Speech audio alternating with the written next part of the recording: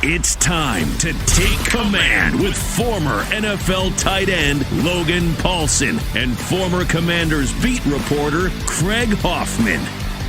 What's up? What's happening? Welcome in. It's the Take Command podcast with Logan Paulsen. I am Craig Hoffman, and another day in Ashburn. Logan, yesterday for OTAs, I think this is OTA 7, 8, 9 this week, Dan Quinn said. For us, though, it's number 3, which is actually where we're going to start today. We'll obviously get into Jayden Daniel's day, and Joe Witt had some really interesting comments about the defensive backs and the defensive starters in general that we'll get to.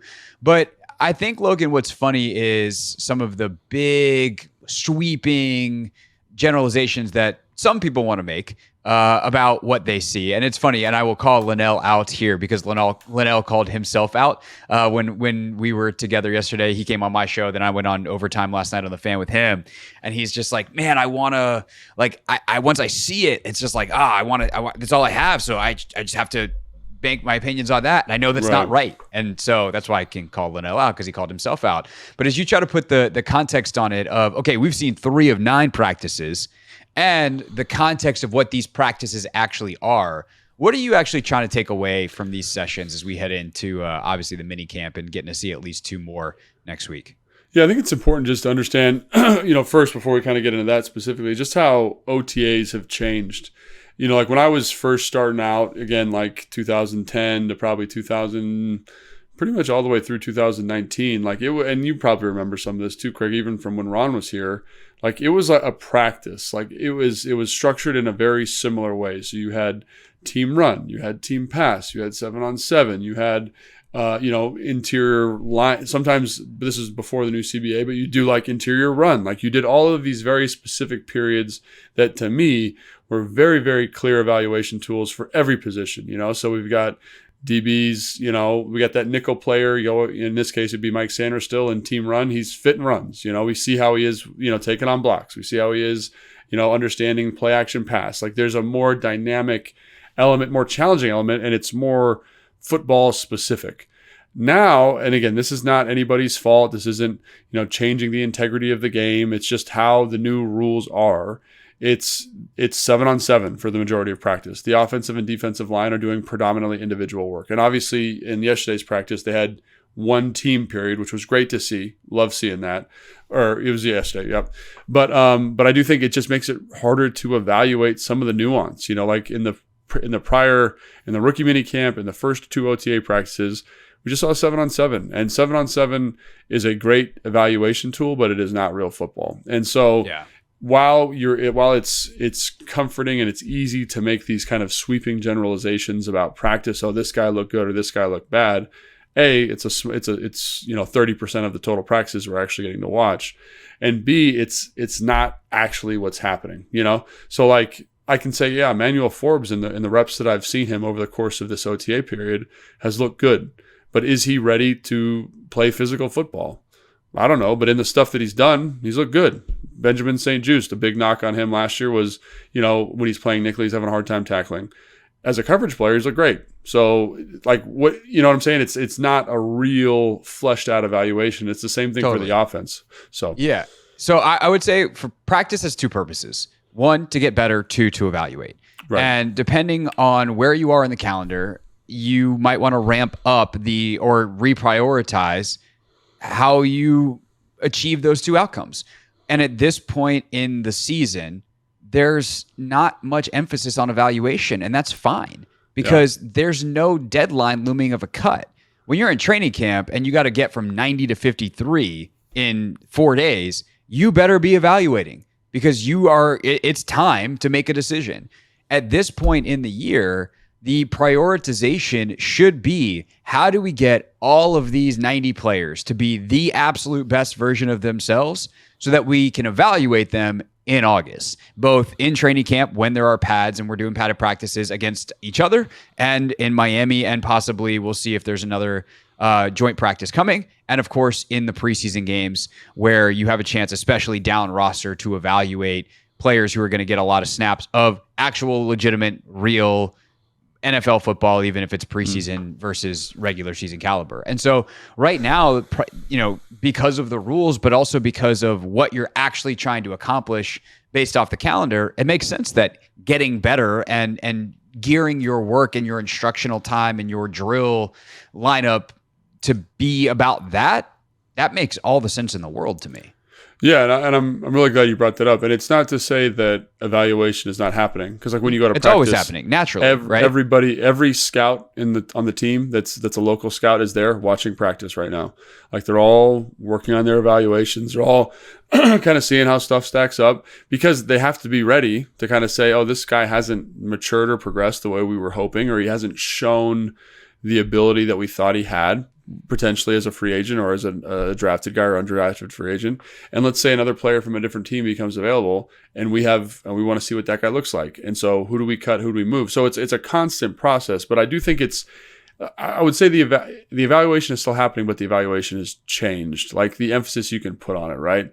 Like you're really just evaluating athletes and movement skills, and honestly, quite frankly, how guys learn stuff. You know what I mean? Like how you are as a teacher. So I think all those things are there, when you're watching. But in terms of like, the big thing that I've been getting a lot of people asking about is like, Emmanuel Forbes going to start? Is he returning kicks? It's like, it's so early for that. Like it's so early in the evaluation for that to kind of make any type of sweeping generalization. Like all I can tell you, if you're one of those people that ask me this on Instagram or whatever, or left a comment on the podcast, he looks good. But like we're only a piece of the way through in terms of that evaluation part. And again, how's he learning? And that's another thing that's really challenging. It's like, it's hard to know like what the expectation for the coaches is, because we haven't seen practice every day. So it's easy to lose track of installs. And I'm talking specifically on the defensive side of the ball. Like for example, yesterday I hear in the walkthrough, they're like, Mike, what are you looking at? Mike Sanders, so what are you doing? Like, who's your guy? What's your rule? And I'm like, are they mad at him, or are they just coaching him? Because if that's day one install, they're mad. But if that's new install we put in today, they're just coaching. And again, that's the hard part about getting such a limited exposure to practice and OTAs is people tend to make these sweeping conclusions, but it's like, hey man, like we have to wait till we get more information, till they start playing games, till the joint practices. And that's why that's why the offseason structured the way it is, right? It starts as a step 1, moves to step 2, it kind of speeds up, moves a little bit faster, training camp, preseason, joint practices, regular season. And I think as the speed of it ramps up, so does the evaluation. So I just wanted to kind of point that out, because I'm listening to all these podcasts and talking to all these people at practice, and it's like, oh, this guy's a lock, this guy. And it's like, man, it's like we've watched 3 practices. Like, let's take a deep breath. Yeah, for sure. Let me ask you this. Since you played for Dan in Atlanta, how different is the way he's structuring it now versus what you guys did in Atlanta, whether that's rules-based or Dan, part of his 360 review deciding that he wants to do things differently, the influence of a guy like Cliff, whatever the reason is, how different is it? It's very different. I mean, when we were in OTAs and minicamp, it was the scrimmage structure, like it was, we're doing team run, we're doing move the ball, we're doing, team pass. We very rarely did 7-on-7 because, again, that's not real. And so, like, as a trainer and as a coach, Craig, you understand this principle. Like, you want to be, there's a specificity element to what you're doing, right? There's general training and there's specific training. And with football, much like with basketball and other sports, like, you want to be as specific as possible. The problem with football is the physicality element, the collision element, wears on the body. So how do you negotiate that? And I do think that the majority of the NFL is moving towards this offseason structure to help guys with head contacts and to help guys with just physical wear and tear. You've added games, like you got to make sure they can push through the season. So how much information can we teach while keeping the body fresh? And it's a very fine line to walk. Like I've got some guys that I know up in Baltimore. It's like, man, we are out there for the maximum amount of time. We have to warm up on our own before we get to the field. And it is a full speed, almost tackling type environment up there, and there's still teams that want to do that and still teams that see that as valuable, but they also have a very high attrition rate in those practices, right? Because there's no acclimation phase of the training. So I understand the benefits of both. And because of when I entered the league and because of my play style, I always appreciated more physical practices because it helped me get ready, helped me get my technique. It's like, I always make this analogy. It's like with boxing, like there's hitting the pad and then there's sparring. and sparring teaches you something entirely different. And I do think the old OTA structure was a little bit more akin to sparring, which again was good from a technical acumen standpoint, but probably not good from a wear and tear standpoint. So I do think that like this is probably a healthy change for the league, but it does make the evaluation of it a little bit different. Yeah, it's also interesting because there's a skill acquisition. Now you got my trainer brain and working with athletes in the offseason going, right? There's a skill acquisition period that you want guys to, if you want guys to grow their games, and this is, I think, easier demonstrated in basketball than it is in football. Because if you want to add a dribble move, you want to add a different shot to your bag, the offseason is the time to work on it. And you're going to have to drill it and drill it and drill it and drill it over and over and over again. And then eventually you'll bring it into one-on-ones, and then you'll bring it into your 3-on-3s, and then you'll bring it into your 5-on-5 scrimmages. But like your pickup run in the offseason, before you ever are going to try it in an actual NBA game, if you're that caliber, a D1 game, if you're that caliber, whatever it is, or a high school game. Like you're not going to try a new move for the first time on purpose. You're going to add it to your bag and be comfortable with it, and then it's going to happen naturally in the game. There are things along those lines in football as well. And like pass rushers, it's obviously pretty direct correlation of like, yeah, that is a new pass rush move. But maybe a hand placement, a technique, kind of fiddling with your leverages, whatever it is, you could speak to some of that stuff at the positions you played certainly better than I could. But like that is the stuff that's happening now. And the individual drills and the 7-on-7s, like that's the time to play with that stuff and try stuff out versus, and by the way, be able to do it without the pressure of making a mistake and messing it up, which is going to happen when it's new because the evaluation is being de-emphasized. Whereas in training camp, like you better be on it because you're trying to demonstrate the best version of yourself. And so there's just a necessity of an off season to get better as an athlete because it's the time to try stuff, to add stuff, to work on specific skills, but balancing that with being prepared for when the actual season comes and the fact that you can practice that skill 100 times on air. And the first time you do it, when you get hit, it's a completely different skill is the difficulty of doing it in the NFL. Yeah. And I do think that like there are certain guys that can treat this period as an acclimation period or a learning period. Guys like Terry, Jahan, guys that I don't want to say are locks to make the team, but guys that are kind of staples and stalwarts of the team. Like I was talking to Santana and he was like, I always wanted to make sure for OTAs I was fit and in shape and ready to go. And I had 2 or 3 things I wanted to work on for the OTA period. For me, and I think for the majority of guys in the NFL, like guys that are not those established names, like you don't have the luxury of really cultivating new skills. You have to do that prior to this, right? If you want to cultivate a new skill, you have to kind of really lay that foundation prior to coming out here. And so I think that's something else that needs to be considered in this phase too, is that even though it is a little bit lighter, guys are still treating it like 100%. I think the interesting thing, and we'll talk about this in a second with the offensive line, is you mentioned skill acquisition. And obviously, like with the positions I played, which is predominantly blocking tight end, my exposure to blocking and blocking techniques was very, very high. And I will say the kind of number one way to learn blocking is to feel it, And so that's one thing that I think is really hard. You see all these, O-line coaches. You got Duke Manyweather down in, I think in Texas. You got LaCharles Bentley down in Texas as well. These guys that have like these offensive line empires. And one of the things that they're always trying to do is simulate the feel of putting your hands and collisioning another person in a correct way, in a safe way. And so that's something that I always appreciated about OTAs when I was younger, was being able to be physical and kind of get a feel for the right techniques. And again, like that's tough, but I do think that's one of the reasons why you see kind of a general decline in offensive line play, is because you're losing a critical element. Like you can drill it on your own. You can drill your footwork, you can drill approaches, you can drill bag work, but putting your hands on another person is different. So I think that's one area where I do think offensive line specifically is going to suffer in terms of developing skills. Receivers, it's easy. It's the same skills, right? It's when you watch a receiver in a 7-on-7 period, it's almost exactly the same. I still work my release. He's going to get hands on, I'm going to shoulder through. It's very, very similar. And so I think you're still getting a lot of work for your DBs, your linebackers, your tight ends, your receivers. But those guys in the trenches, those are the ones that I think the innovation and the coaching in this phase becomes really, really, that's where you earn your money, so to speak.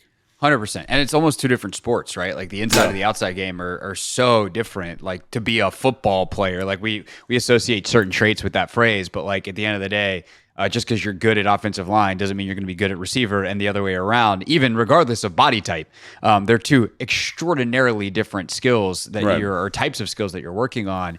And I do wonder if there is, like with the Guardian helmets now, because a big part of what they're trying to avoid is the subconcussive hits, right? The clang of the helmets that happens literally every snap in the NFL, and those add up over time and are very problematic for a lot of guys, when they get older. And so now that they've got the Guardian helmets that have tremendously reduced the impact of those, both like the literal impact and the long-term impact of them, I wonder if there's a place for those guys to put pads back on and get after it. With that said, they're like, I think Cleveland Ferrell went down for a second yesterday, but he was fine. I don't think they've had, knock on wood, any injuries in this camp. Right. And so, like, it's the kind of thing where you're like, well, if that's the case, then that seems like a good thing. And if that's the numbers that they're seeing league-wide, that's a good thing. And I don't think that either the league or the PA is going to be inclined to change it. No, I'm with you, and I think that that's ultimately the goal of this. And so I'm not saying this is a bad thing. I'm just saying it presents different challenges. It 100%. Just presents different issues you have to work through as a coach and as a team.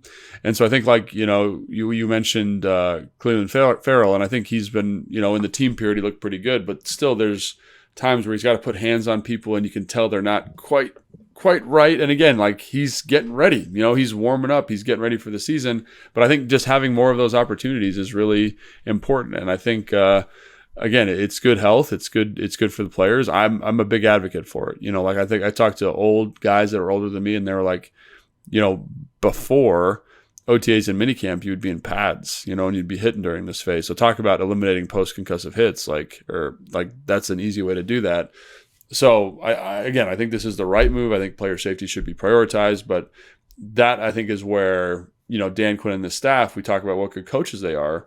Those types of decision-making processes when it comes to skill development is become more challenging, specifically in those two groups, the offensive and defensive line.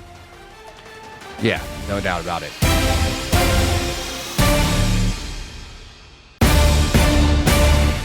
All right, so let's get into the line itself. And one of the big questions, if not the biggest question, is, of course, at left tackle with Brandon Coleman. He was running with the twos from everything I saw yesterday, although maybe in a different period he moved around. I feel like yesterday Cornelius Lucas was lining up with the twos at right tackle, and then Trent Scott was with the ones at left tackle. Again, they've rotated guys, so I wouldn't read too much into that as like that's how it's gonna be for the season. But what do we make of, as we just said, nobody make any sweeping generalizations. What do we make of Trent Scott being the guy, at least yesterday, at left tackle, and how did he, Coleman, and Cornelius Lucas look to you? It was one of those things where I was watching it and I was like, that makes a lot of sense to me, and I know like people are like Trent Scott, he's kind of been a journeyman offensive lineman. He's now your starting left tackle. But I think stylistically they want guys who can run a little bit in the zone game, tight zone game. They want guys that can pull in the GT, so guard, tackle, pull stuff where you're reading that end, kind of classic. Philadelphia did a little bit with Jalen Hurts. It's really helpful because you get kind of this fast action from the back or fast action from a receiver. You're reading that end.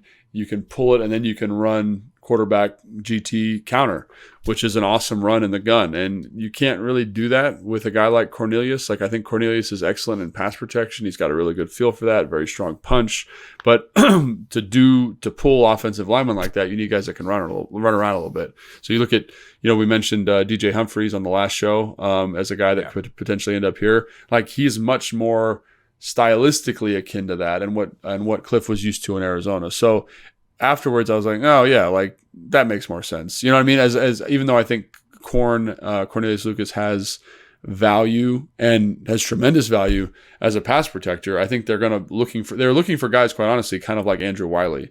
And I think like when you watch Andrew Wiley at practice, like when they run the runs, like his ability to like dip his shoulders and cut three techniques off and jump set and get out on screens, like that type of offensive lineman is much more akin to even Brandon Coleman. You know what I'm saying? Like there's a style that they're looking for. They're not looking for the big hulking pass protectors like the LA Rams, where you can only run gap scheme runs, downhills, and again, that's a very effective for them, but stylistically, they're looking for something very specific. So like you said, we're not reading too much into it, but it would make that is not a crazy thing to me to see that, because like you want a guy like Scott who can run around a little bit, cut people off, pull, reach an outside zone, get out on screens. I think that's kind of what you're looking for.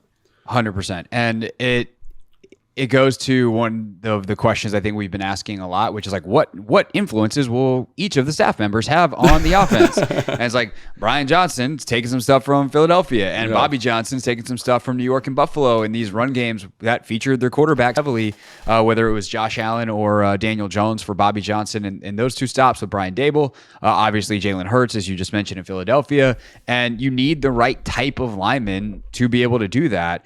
And I think the other part of it is then you have to understand what are the pushes and pulls. If you have Trent Williams, who's the best pass blocker in the league and also the most athletic freak run blocker in the league, you don't have to compromise. What a gift for Kyle Shanahan as he designs everything out in San Francisco. That's not going to be Trent Scott and Cornelius Lucas, and you're not going to sub them in and out. I mean, I guess you could. Hey, it's 3rd and long. Cornelius, go in there and pass, bro. Like, you could. You do it at other positions, but it's just not something you traditionally do with an offensive line, in part because the communication and the cohesion between that unit is so important that you don't want to interchange parts. But all in all, I think it does tell us something about the offense that if they're going to have Trent Scott out there, I certainly hope that they go, let's not do a ton of drop back pass where Jayden Daniels is sitting back there in the pocket, patting the football, hoping something pops open, which is essentially what they did to Sam Howell last year, where it's just straight drop back, not a ton of play action, not a ton of pocket movement, not getting defenses flowing in the run game, side to side and using that in the pass game. None of that, just like straight drop back. Yeah, it's going to be a challenge sometimes. But if the other stuff is more important to the offense, Trent Scott might be the better choice between he and Lucas. And then we obviously have the question, which I'll then flip back on you, which is, can Coleman do both? And how did he look in his reps yesterday? Like, where is his progression through 9 OTA periods? Yeah, 9 OTA periods. And this is the first time we've seen them do team. So obviously we've seen him move around a little bit in individual drills. And I think he's, quite honestly, as advertised from a pass protection standpoint. Like, he's just got nice hips. He can kind of do that. He's got a nice separation of his feet when he does his kick slides. He's got nice long arms. He can run well. He's got a good feel for some of the run game stuff they did yesterday. I think you see, like, where you see his rawness is more as a pass protector. And again, like this might be the first time they've done a team period. So this might be his first time actually pass protecting. So take that with a grain of salt. Is just, and it's something you saw in college, is like I've said this before, he has a pretty good feel for the line, but if he's going to miss, he's going to overset. Like, he's going to set past the line. So when you're setting on a rusher, right, I want my outside eye to be to his inside eye, and I want my inside hand to kind of be thinking about punching or attacking his inside shoulder. And as a rusher, you're thinking about the reverse. Like, I want to see if I can get farther than his inside eye or inside of his inside eye, and I don't want him to touch my inside shoulder. So that relationship's really hard because people tend to underset where they're too tight or overset. And I want to say, yesterday watching practice, I watched him for probably 7 reps. And I'd say on 4 of them, he overset the line. And now he's got enough athleticism where he's able to punch, kind of work his feet, get back into it, which is very good. That kind of, and he's not this player, obviously, but it had shades of like the recoverability of some of those top end guys, like the Lane Johnsons, the Christian Darrisaw, like those ability where I kind of messed up, but I'm good enough athlete I can get back in on this. I think versus, because he's running with the 2s, right? Versus top flight guys, like, that's a fatal flaw. Right? We got to figure that out. But I think that's one of those things where the more reps you get, the more emphasis you put on that line, you're probably okay. So again, the more I've seen him, I'm positively encouraged by the look of him. The length, the movement. It's just he's green. He's green to the position. Like we talked about that in the last show. Like he played basketball all through high school. He went to JUCO. He's played 4 or 5 years of football. That's not a lot for a tackle. And so again, it's important to him. John Keim had a great podcast with his O-line coach from college talking about his work habits and his study habits, what kind of guy he is. So I'm very confident he's going to put everything into it. But it is a pretty steep learning curve. And in terms of positions, offensive tackle to me is probably the steepest learning curve of any position in the NFL outside of quarterback because of the demand because of how good those rushers are. So something to definitely keep an eye on moving forward. But again, a lot of stuff to be encouraged about from a physical standpoint. It's OTAs. Don't read too much into it, but something he's got to work on for sure. Yeah, and I think also because of the nature of OTAs, going back to kind of the top of our discussion, it's the kind of thing you can work on in a one-on-one setting, right? Yeah. And they can't do real one-on-ones right now. They're not even doing fake one-on-ones. Right. Like they're just working against each other. You can't do one-on-ones right now. Yeah. So because you can't do that, he's having like his first reps against a defensive player are in team. Yeah. And he's trying his best out there, and in the adaptation to the speed and all that kind of stuff. When you get to training camp, it changes because now you can work on it in a one-on-one drill, in isolation, where if you get beat, like the consequences aren't your quarterback, even in wearing the yellow jersey, like you're not giving up a sack, like it's just your reps over, and the poor coaching intern or whoever, assistant coach, quality control guy that's having to play quarterback has to run away from the big defensive end, which is always one of my favorites. I would hate to be that guy because even though you know they're not going to hit you, that's still a big man coming after you. It's a little intimidating for sure. And I think the other thing too is like he's learning, at least to my eye, a new kind of set. You know what I'm saying? Like it's a little bit more aggressive. Like he was an aggressive angle setter in college, but it looks like it's even flatter and faster now. So I think, and this is the other thing, like in college, the nuance of the pass rusher is so limited. You know, like the coaching is so limited. So here, you know, you get guys and it's like, hey man, if they give you the inside move, take it and we'll play off of you. And that's a very dynamic, high level concept that you only really see at the NFL level. You see it at some colleges, obviously, but very rarely. And so now you're getting rushers who aren't very good who are saying, you're overset, I'm going to take it. As opposed to most college rushers who are like, I'm going to stay outside and let you block me. So he's learning new techniques. The level of competition's better. So, and again, it's something you can even work on with a bag. I think it's a little bit harder without kind of that live rep, so to speak. Yeah, no doubt about it.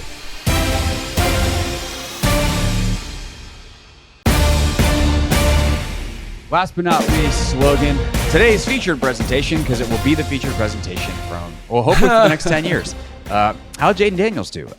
So yesterday was an interesting day for the quarterbacks. There just wasn't a lot of splashy anything. Obviously, the most exciting drill of the day was the situational drill, in which I thought Daniels performed pretty well, decision-making wise. Obviously, execution-wise, they needed a touchdown. They didn't get one. So if you haven't heard about this yet, they put 28 seconds, I believe it was, on the clock. You're down 20-14, so you need a touchdown. You got no timeouts. Ball's on the 20-yard line going in. So Daniels and Mariota both ran this. Daniels and the twos went first. Jayden hit. I thought it was an interesting play call. They go screen on first down. But okay, that's what they do. That forces them to quickly get up to the line, spike it. Third down, third down, actually, I think was the most interesting down. Fourth down, ultimately, spoiler alert, third down, they don't score, but we'll come back to it. Fourth down, it's cover zero. He throws a one-on-one, like, jump ball in the end zone. Receiver falls down.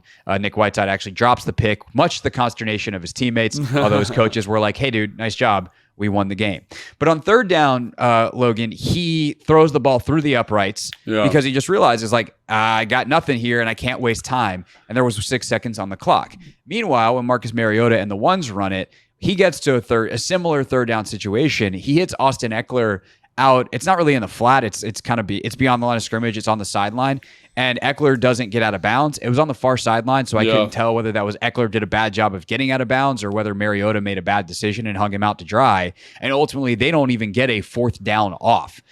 So I think for, who was better in the drill, again, it's one rep of one drill, but you see the intelligence and the football IQ and the feel from Jayden Daniels, and for Mariota, you're like, hey man, you're a vet. We should do better. But I really would like to focus on Daniels and what you saw from him there, and how significant that kind of awareness is already in his young career. Yeah, I mean, he just does stuff like that every single time we're out there to watch, which I think is great. It's one of those things where it just, you can tell he's repped. He's played a lot of football. He understands.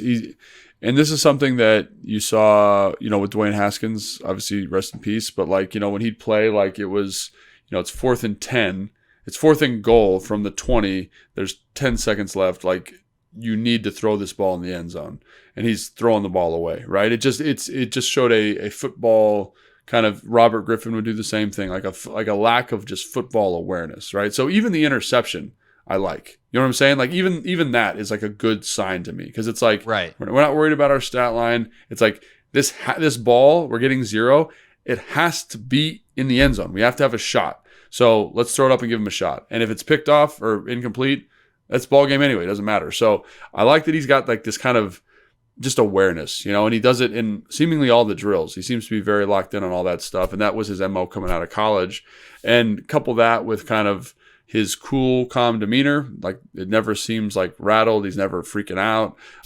Couple that with the quick release. Like, we talk about that drill specifically, but I actually thought the rest of his practice was pretty good. We'll talk about that more in a second. But even though it's a pick and even though it's an incompletion, like, you understand what is happening in the game. And I can't tell you how many times and how many quarterbacks I played with where they just don't get it. And you can just tell that's at the forefront of his mind. Okay, boom, this is what we're doing. This is what needs to happen here. Because 28 seconds with no timeouts is a tough time. You have to be very efficient. And I thought he did a great job of that. Yeah, brutal drill. And they did a good job to at least give themselves a chance. And by the way, did it with a first down screen call, which I guess you're hoping that either your receiver gets out of bounds or scores. If not, man, that's one where if it happens in the fall, we're like, hey, I don't know that throwing something where you're going to have to unpile dudes with 28 seconds left is ideal, but it's the kind of thing you try in the spring, I think, to see what happens. Well, I think it shows you, they probably discussed this in the meeting. Dan, when I was in Atlanta, would do this almost weekly. They'd have a situation, that was the point of emphasis, even in the offseason and in season, was like, hey, we got 28 seconds left. We've run our analytics. We've had our analytics guy. This is the sheet. You actually can run 2 inbound plays.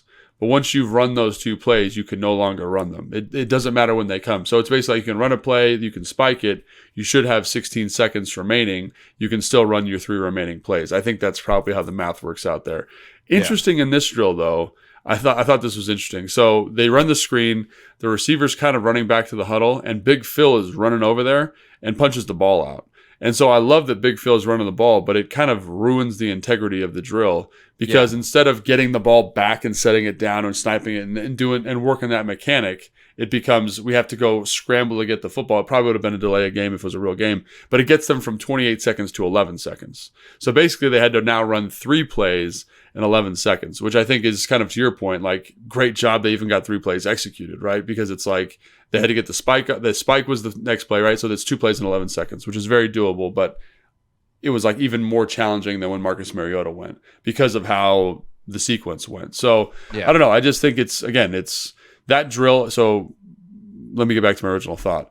That drill, I think, again, illustrates you can execute a play with 28 seconds left and get a spike and still have 2 plays to go. So if you want something that's conservative like a screen, that would work. But I love that there's an awareness of what's happening. And also I think the fact that it seemed that the defense was working 0, I like screens versus 0.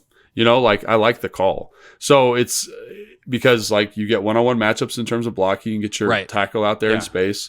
So you might hit, and that's what you want. But obviously didn't go the way they thought. So it's definitely there's a risk element. Anytime you're going to have a big pile with the clock running late, there's a risk element. Now in training camp, you are getting a look and whatever. There's not going to be a big pile because you're not going to the ground, but you do have potentially a big defensive lineman who's goobering up the drill.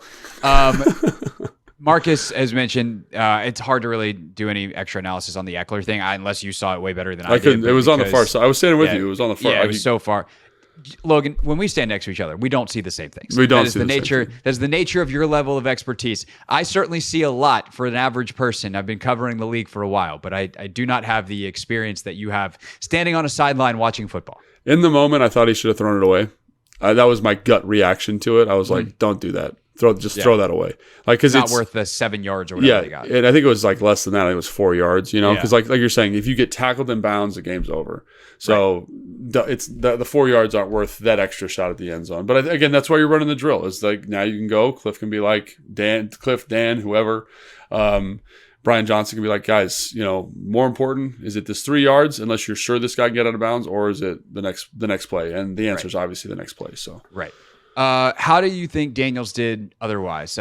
One thing that stood out to me was I felt like the biggest plays yesterday came over the middle of the field, which is something that I think is encouraging. I hit Ertz on a big one. He had Tinsley on a nice, I don't know what you'd call that route, the one where he undressed the coverage with the cadence beforehand, and then Tinsley just sits down. It's not really a curl because he kind of just finds the dead spot. It's almost like he cuts off a dig. Yeah, I thought it was like a dig, yeah. Yeah. But he sits down in the soft spot of the zone, and that nice Jayden play was by able Tinsley. That was a good play by Tinsley. Undressed with the cadence beforehand, but definitely some big plays. No like big monster 60-yard touchdown type of stuff. And I think it's interesting that he hasn't taken off and run yet, which I just want to see because I want to see him run. I want to see him run in person full speed, but that's selfish. But what'd you make of Daniel's practice to wrap up the pod here? Yeah, I think my highlight of the day was the coverage, right? Was the coverage with the cadence. Like they're kind of up. It looks like it's going to be some type of man. They're kind of playing in this flat contour. He gives them a hard count. The safeties very subtly start backing up. And it's like, oh, well, they're in quarters. And so I love that he was able to do that. I love that the response is like, hey, on this dig, we got to kind of it was quarters or cover two, midfield open, just because we don't know the coverages and we don't have film. But then I know I have to manipulate the hook player. I look the hook player off. I throw the curl to Tinsley. Like that is quarterback play. That's like quarterback play at its finest. So when you see a play like that, you're like, awesome. And then, but in the same breath, it was like, we had one where I think they were rolling from single high to cover two. It gets him for a second. He has to double clutch. He completes the ball, but he still gets got. He's still a rookie. But I love the throwaway in the low red with 28 seconds left. I love the dig throw to Tinsley. I love the throw to Zach Ertz, kind of where he's working that corner out with the two guys releasing. Ball placement was excellent. Like he just every day that obviously there's something he can work on. Every day you come out being like, oh, that could have been a little bit better, but. And again, you don't want to make declarative statements after 3 OTA practices, but you see some of the things that you saw in college and you say, man, and some of the things are better here than they were in college, which are very encouraging. And I think to myself, like, if this offense has a quarterback rushing attack where they're willing to do it 4 to 5 times a game, like they are going to be very, very hard to stop because of his ability as a thrower, because of his understanding of coverage. And again, it just every day, like your old adage, the test that's given to him, he seems to be doing a good job. I do think there's a little bit more friction. Like the first couple of days, he was just out there dealing, looked like college. But as the defense has improved, as the defense starts to understand concepts, it's looking a little bit more NFL-ish. So I think it's going to be a little bit more challenging for him, but I think he's matching the pace, and we talked about, I think the last OTA, it looked like he had a rough day. There's still a lot of good things that come out of that where you're like, man, that's a really high level throw by him. So a lot of positive stuff. I lied. I have one more thing I want to talk about real quick. Jowett Jr. said something after practice yesterday that I was so happy he said because it meant my initial feel coming out of practice was correct. And Logan, all I really care about is being right. My big takeaway from practice yesterday was that the defensive back combinations are incredibly plentiful. And that this is going to be a feature of this defense, which is unsurprising based off what Witt and Quinn have done previously. But damn, there's a lot of dudes out there playing. And you got Sainer still is out there. Dominique Hampton is out there in certain packages, like with the ones. And Joe Witt basically afterwards was admonishing the media for daring to ask about who the potential starters are. He's like, don't ask me. We have 17, 18 guys that are going to be considered starters. And I'm surprised it's that many because I haven't seen quite that many before. I think he's being hyperbolic. He's being hyperbolic for sure. Anthony and I were started to count dudes off yesterday on the show, and it's not ridiculous. If you figure let's say there's 3 edges, and then Payne, Allen, and Newton, that's 16 linemen. 3 linebackers. There's 9. So I'd say that they probably, again, this is roster control, but I think they probably, knowing what they did in Dallas, I think they probably keep closer to 10 defensive linemen. It's at least. I'm just saying that guys that are going to play 50% plus snaps, I see what right? you're saying. Like in rotation, that are genuinely a big part of the game on a regular basis. That you say, our A team is out there, even if John Allen's on the sideline. If it's Newton and Payne, and Newton's what we think he can be, that's still a starting caliber D-line unit versus oh no, the subs are in. So if you have that 3-4 linebackers, then you've got all these different DBs, especially the 4 or 5 safeties that are playing. I mean, there's a package where Percy Butler's running with the ones. There's a package where Dominique Hampton's running with the ones. Obviously, Chin and Quan Martin. Like Derek Forrest, you're like, where does he even fit in? I don't know. He's out there running around, getting in the way, doing his thing. But where's default on any given snap? Like there genuinely is 17, 18 guys that depend if it's dime this or nickel that or Buffalo nickel this, like the first primary version, the number one depth chart version of that is going to involve that many players. And I think it's fascinating and also speaks to how quickly they've been able to assemble a variety of pieces that fit those needs for them. Yeah, and I think you just don't. You have to go as far as like watching Dallas film. Like that's what they do. Like and Dan's thrown this term around, the positionless football thing, like getting guys that. Because, again, linebackers are liabilities in coverage. So what you do is you get Frankie Louvu, who's a great pass rusher, great blitzer. You can use him in that way. But you want the other spots there to be filled out. Like if you're in dime, you need a lot of DBs, right? So you're talking about Dominique Hampton. You're talking about Mike Samuel at nickel. You're talking about Quan at safety, Jeremy Chin.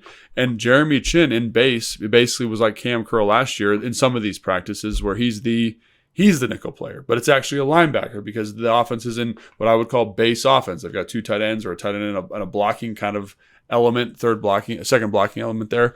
So I think, yes, like that is ultimately, I think Dan and Joe Witt's vision for this group is they want guys that can do a bunch of different stuff, and you want coverage players that can be physical and physical players that can cover. Like we did a breakdown today and Dan was like, he went through the order of priority when it comes to secondary players. It's all coverage stuff and I think it's smart because that's what the NFL is doing. They're trying to throw the ball over the yard. So you've assembled all these coverage players that are kind of tweeners, which is great because they can still play in the box. But I do think that that's the direction they want this defense to go, and it's great because it makes it really hard for offenses to identify, who the rushers are, who the known rushers are, and what kind of coverages you're in. Yeah, no doubt about it. All right. That's our show today. We'll talk a lot more about that after everything next week. I do believe, Logan, I know you're traveling a little bit next week, but John Keim is committed to join me. So yes. Keim and I are going to do a little home and home where John's going to come here on Take Command with me while Logan's out of town. And then I will also be on the John Keim Report. So free plug for Keim, as if he needs it. Go subscribe to Keim's pod. You'll hear Logan there quite a bit as well. And we're thrilled to have John over here with us. And we'll see what else we can populate for you next week. Make sure you're subscribed to find out. And we'll see you next week on Take Command. Thanks for watching this clip of Take Command, which has a brand new home. That's right. You can watch on YouTube at the Team 980. You can also listen to full episodes in the free Odyssey app, which is now enabled with Apple CarPlay. So we'll just, follow you around.